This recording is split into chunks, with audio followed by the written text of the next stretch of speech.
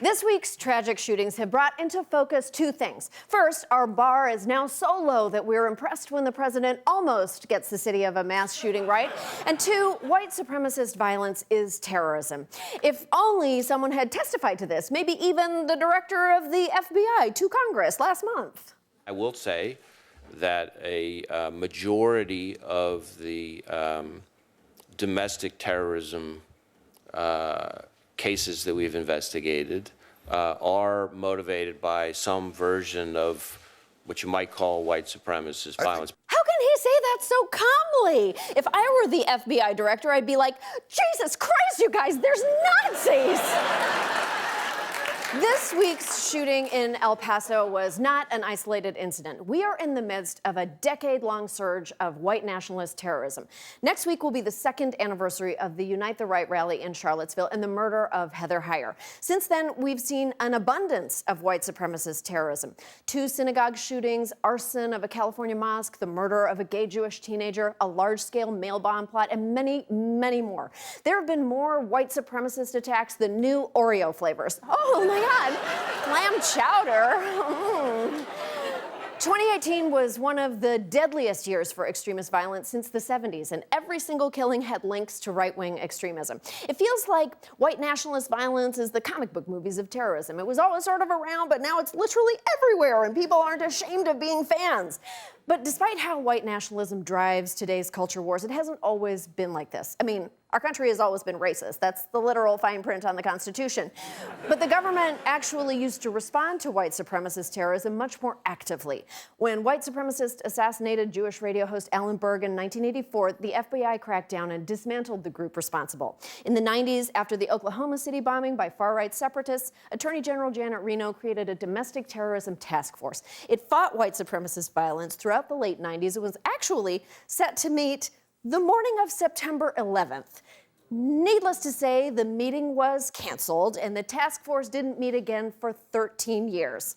Except for Roy, who they forgot to tell. He's been showing up every week and bringing lemon squares. Oh, Roy.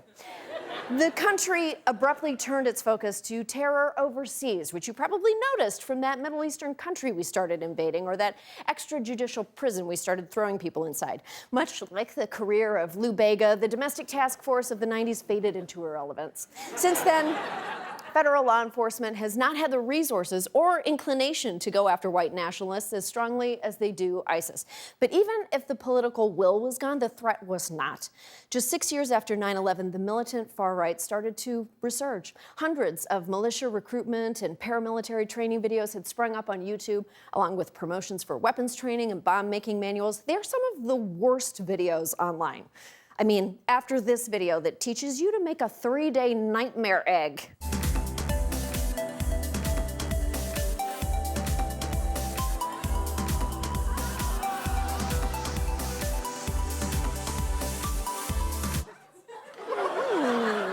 Much like that egg, the reach of white supremacy had become bigger than before.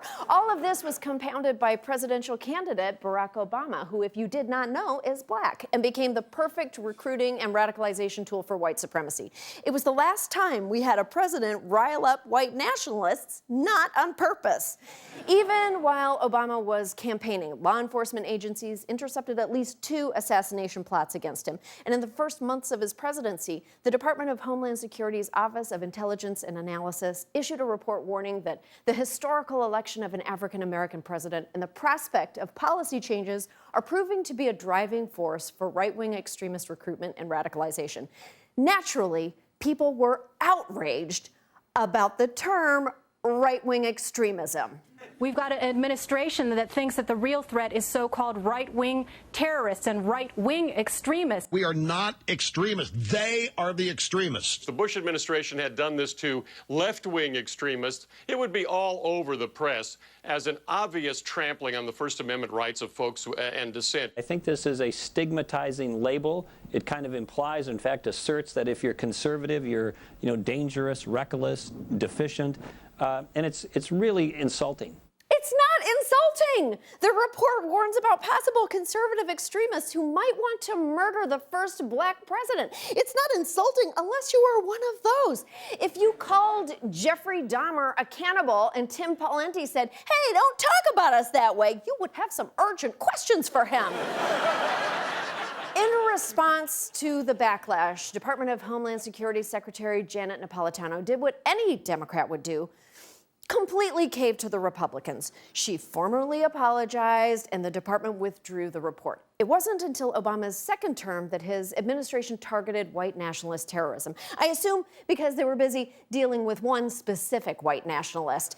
In the final years of his presidency, Obama instructed his attorney general to revive that long dormant task force. He also authorized Homeland Security to grant $10 million to anti-domestic terror programs. Naturally, President Trump dumped this program like it was his second wife. Trump's DHS also disbanded a team of domestic terror intelligence analysts, meaning the only way the White House can track white nationalists is to check the president's Rolodex. So it's not surprising that white nationalists have been wiggling out of the dirt harder than a generation of cicadas who are ready to fuck. Today, the Southern Poverty Law Center identifies 148 white nationalist hate groups in America. And funding isn't the only problem law enforcement has when it comes to policing them. There is no criminal charge of domestic terrorism in the U.S. Code whatsoever. It's why we had to delegate our policing of the KKK to Bad Boys 2. White power! White power! White power! White power!